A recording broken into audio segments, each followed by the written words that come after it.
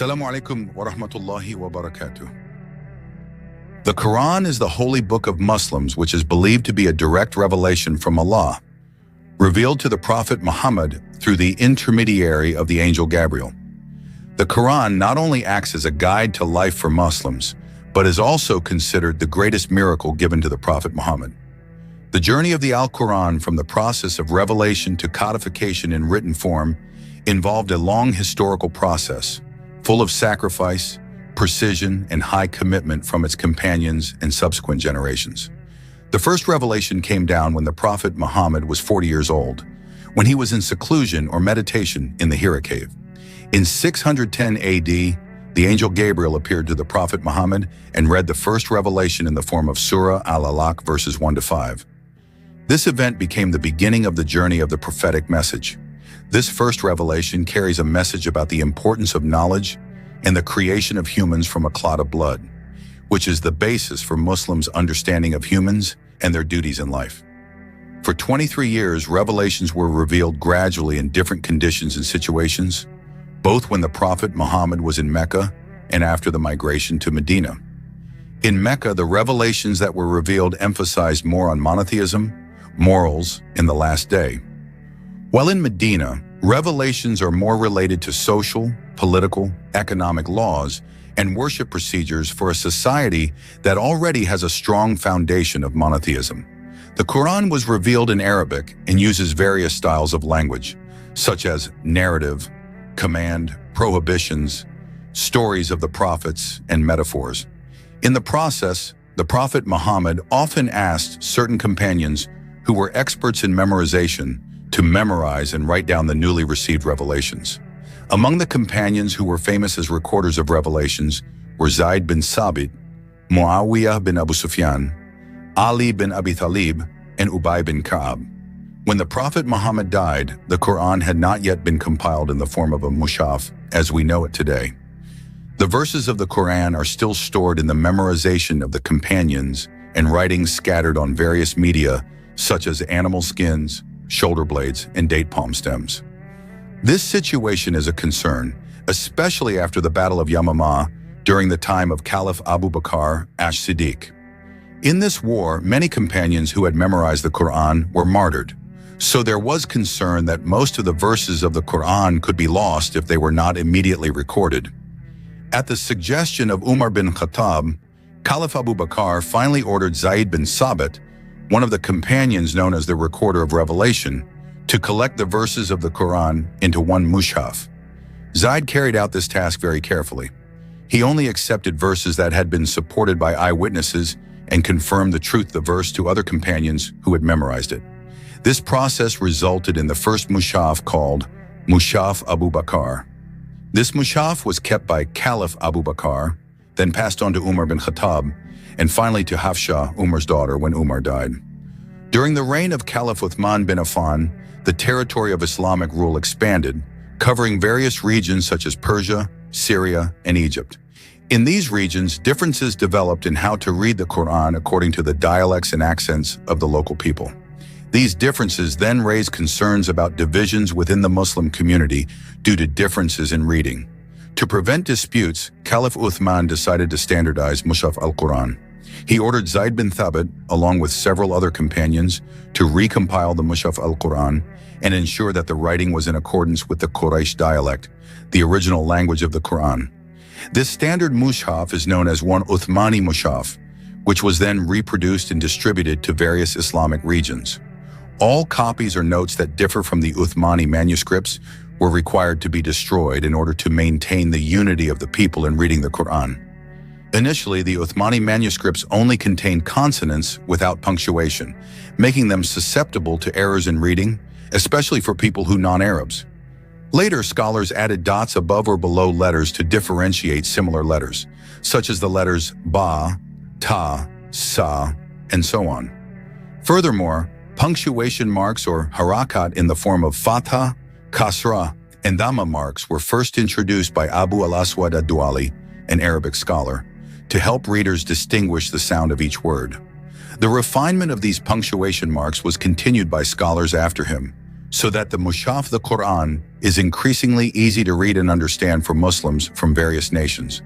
The Qur'an has 114 surahs, divided into 30 juz and 6,236 verses. The contents of the Qur'an are very broad, covering the main themes like Tawhid, affirming belief in the oneness of Allah and avoiding all forms of polytheism. Worship, providing complete guidance on the procedures for worship, such as prayer, fasting, zakat, and hajj. Morals, teaching noble moral values such as honesty, justice, compassion, and self-control. Law, establishing various rules that govern social, political, economic life, and relationships between humans. History of the prophets, presenting stories of previous prophets as lessons for humanity. Warning of the last day, explaining life after death, the day of resurrection, and heaven and hell as rewards for human deeds. The Qur'an has many special features that make it considered a miracle. One of its special features is its harmony with modern science, even though it was revealed in the 7th century. Many verses of the Qur'an contain scientific information about the universe, the creation of man, and other natural phenomena that were only revealed by science in the modern era. In addition, the Qur'an has a very high beauty of language, with a structure and rhythm that are difficult to imitate. The language ability of the Qur'an is recognized by Arabic linguists as something that is unmatched, even for the best Arabic poets and linguists of that time.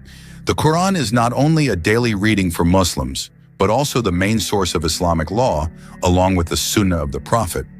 Muslims believe that all aspects of life, both spiritual, social, and economic, can be found guidance in the Qur'an. Therefore, the Qur'an is always a guide to life that is studied, understood, and practiced in everyday life.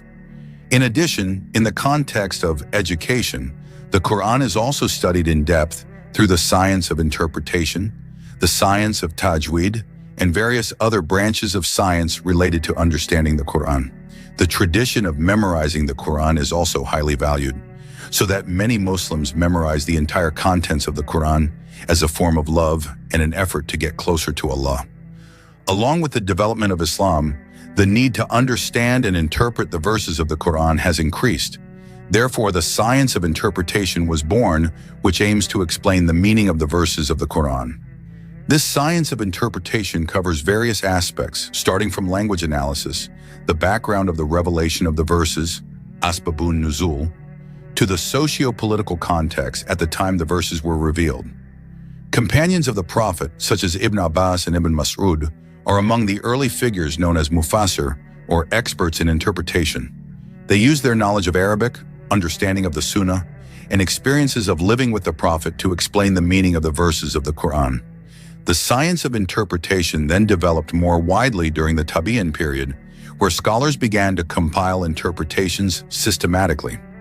One of the famous classical interpretations is Tafsir al-Tabari, written by Imam al-Tabari. This work combines various narrations and views in explaining the verses of the Qur'an.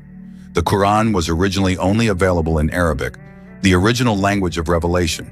However, along with the spread of Islam to various non-Arab regions, the need to understand the message of the Qur'an in local languages increased. Translation of the Qur'an is a major challenge because Arabic has a wealth of meaning and beauty that is difficult to transliterate. In the early days, some scholars were also concerned that translation would reduce the authenticity and holiness of the Qur'an. Even so, in its development, translation efforts continued to be made.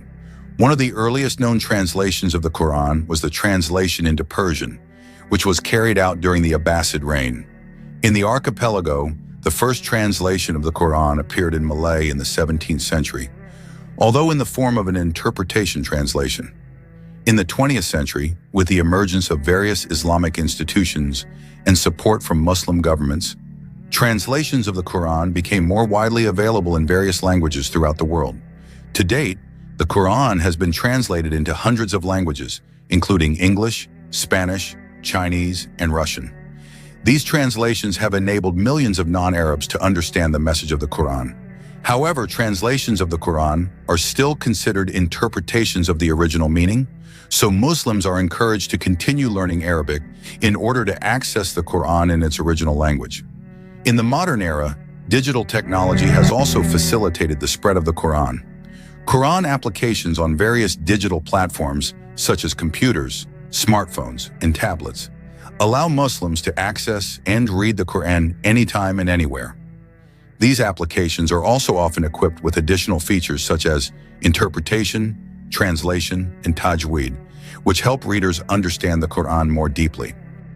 The tradition of memorizing the Quran is one of the privileges that other holy books do not have.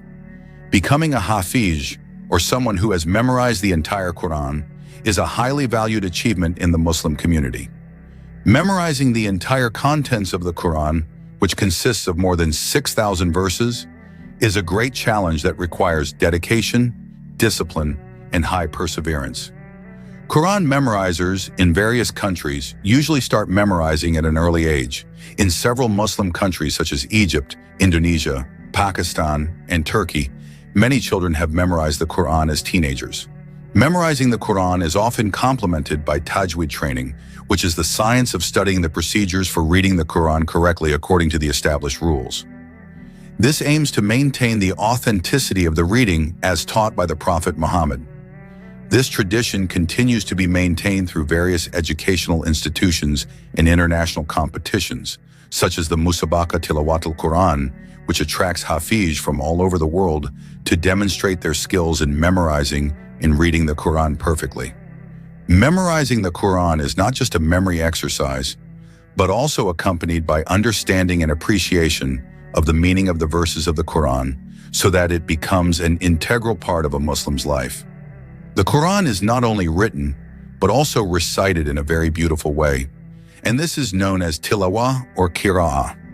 The art of reading the Quran has very specific rules called the science of tajweed, which ensures that every letter and sound in the Quran is pronounced correctly.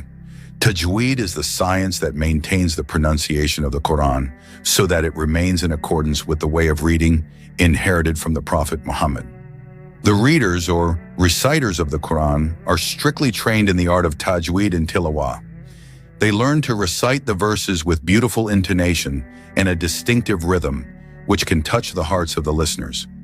In the Islamic world, recitation of the Quran is often part of important events such as the celebration of Islamic holidays, the opening of official events, and as a form of spiritual healing for those who are experiencing difficulties or are sick. The Quran not only regulates religious aspects, but also provides principles that underlie the development of Islamic civilization. During the Golden Age of Islam, understanding the Quran encouraged Muslim leaders and scholars to build a just, civilized, and knowledgeable society. Many rules about justice, honesty, and social responsibility are taken directly from the Quran. One example is the zakat-based economic system and the prohibition of usury, interest, regulated in the Quran. Zakat, or obligatory donations, became an important pillar in maintaining social welfare in Islamic society. In the political field, the concept of deliberation or shura, taught in the Quran, became the basis for the formation of a just government system. In the field of science, the Quran's encouragement to seek knowledge motivated Muslims to become pioneers in science, especially during the Abbasid Caliphate. Islamic civilization developed various disciplines such as mathematics, astronomy, medicine, philosophy, and art that were passed on to the Western world and became the foundation for the development of modern science. One of the teachings of the Quran that is increasingly relevant in the modern world is environmental ethics. The Quran emphasizes the importance of preserving the earth and all living things on it. Allah created the universe with full balance, and humans are assigned as Khalifa, guardians on earth. This concept underlies human responsibility to protect and preserve nature. In various verses, the Quran reminds humans not to damage the environment and to treat nature with compassion. These verses have inspired an ecological movement in Muslim communities that aims to save the earth from damage due to excessive exploitation.